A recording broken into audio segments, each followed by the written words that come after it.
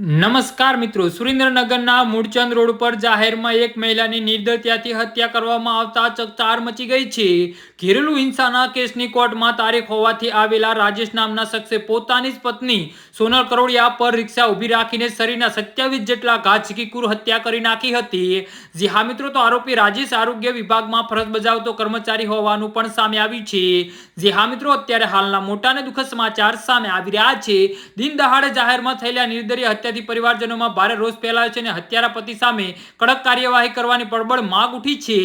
જી હા મિત્રો, તો પ્રાથમિક વિગતો અનુસાર મૂળચંદ રોડ સ્થિત માનવ મંદિર પાસે પતિ પત્ની વચ્ચે કોઈ બાબતે ઉગ્ર બોલાચાલી અને તકરાર થઈ હતી અને આ વિવાદ એટલે હદે વણસી ગયો હતો કે આવેશમાં આવેલા પતિએ અચાનક પોતાની પાસે રહેલી ધારદાર છરી કાઢીને પત્ની પર આડેધડ ઘા ઝીકવાનું શરૂ કર્યું હતું અને લોહી લુહાણ હાલતમાં પત્ની જમીન પર ઢળી પડતા જ આરોપી હત્યારો પતિ ઘટના સ્થળેથી નાસી છૂટવામાં સફળ રહ્યો હતો.